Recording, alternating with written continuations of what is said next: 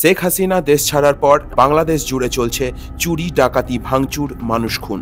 সন্ত্রাসবাদীদের হাতে বাংলাদেশ, কিন্তু সেখানে সংখ্যালঘু অর্থাৎ হিন্দুরা এখন কেমন আছে? কিছু কিছু এমন ভিডিও সামনে আসছে যা দেখে মনে হতেই পারে হিন্দুরা এখন বাংলাদেশের দুশ্চিন্তায় দিন কাটাচ্ছেন। প্রশ্ন হচ্ছে, 1971-এর ঘটনা আবার ঘটবে না তো? উত্তরটি জানতে ভিডিওটি সম্পূর্ণ দেখার অনুরোধ রইল। প্রথমে শান্তিপূর্ণ ছাত্র আন্দোলন। কোটা সংস্কারের পক্ষে শান্তিপূর্ণ আন্দোলনে রাস্তায় নামেন বাংলাদেশের হাজার হাজার ছাত্র। তাদের সেই আন্দোলনে সাড়া দিয়ে 21শে জুলাই বাংলাদেশের সুপ্রিম কোর্ট জানায় সরকারি চাকরিতে 93% নিয়োগ হবে মেধার ভিত্তিতে। এই রায়কে স্বাগত জানিয়ে ছাত্ররা আন্দোলন বন্ধ করে দেয় এবং দেশে আস্তে আস্তে শান্তি ফিরে আসে। কিন্তু তারপরেই 1 আগস্ট থেকে শুরু হয় হাসিনা বিরোধী আন্দোলন। হাসিনার পদত্যাগের দাবিতে রাস্তায় নামে বৈষম্য বিরোধী ছাত্র সংগঠন। এই আন্দোলন কিন্তু আর শান্তিপূর্ণ ছিল না।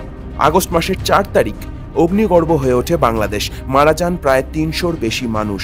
জ্বালিয়ে দেওয়া হয় মেট্রো, হাসপাতাল, সরকারি বিভিন্ন দপ্তর। প্রচুর ক্ষয়ক্ষতির সম্মুখীন হয়ে হাসিনা বলেন, এই আন্দোলন নৈরাজ্যবাদীদের হাতে চলে গিয়েছে, এরা ছাত্র নয়।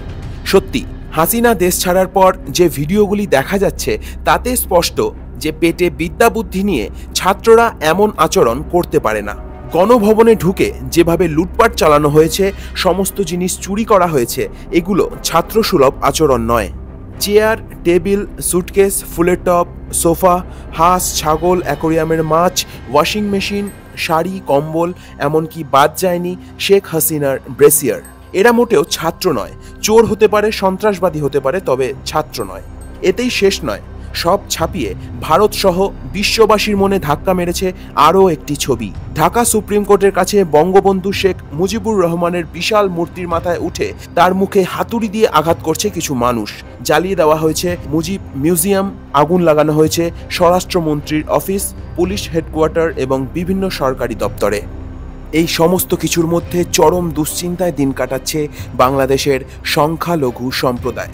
সরকার বিরোধী আন্দোলনের অছিলায় হামলা চলেছে তাদের উপর। বাংলাদেশের হিন্দু, বৌদ্ধ, খ্রিস্টান ঐক্য পরিষদ দাবি করেছেন সে দেশের 29টি জেলায় সংখ্যালঘুদের উপর হামলা চালানো হয়েছে। ভাঙচুর করা হয়েছে সাধারণ সংখ্যালঘুদের বাড়ি এবং ব্যবসায়িক প্রতিষ্ঠান। ভাঙা হয়েছে মন্দির। মোট 9টি মন্দিরে ভাঙচুর চালানো হয়েছে। লুট করা হয়েছে জিনিসপত্র। বাংলাদেশের সংবাদ মাধ্যম প্রথম আলোর রিপোর্ট অনুযায়ী ফেনী শহরের দুর্গা মন্দির এবং দিনাজপুরের পার্বতীপুর কালী মন্দির সহ আরও 5টি মন্দিরে ভাঙচুর চালানো হয়েছে। পীরগঞ্জের শ্মশান মন্দিরে হামলা চালিয়ে আগুন ধরিয়ে দেওয়া হয়েছে এবং নেত্রকোনা শহরে রামকৃষ্ণ মিশন এবং ইসকন মন্দিরে ভাঙচুর চালায় বিক্ষোভকারীরা।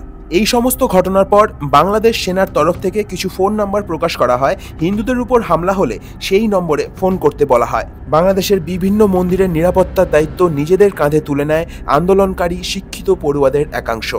এই রকম অত্যাচার চলতে থাকলে বা পরবর্তী সময় যদি পরিস্থিতি আরও খারাপ হয়, তবে 1971 সালে যেমন 70 লক্ষেরও বেশি শরণার্থী ভারতে এসেছিল, এবারও হয়তো সেই ইতিহাসের পুনরাবৃত্তি ঘটবে। অতীতে বাংলাদেশ ন্যাশনালিস্ট পার্টি বা বিএনপির আমলে সে দেশে হিন্দুদের উপর অত্যাচারের একাধিক দৃষ্টান্ত আমরা দেখেছি। হাসিনা সরকারের পতনের পর আগামী দিনে কি একই ঘটনা ঘটবে?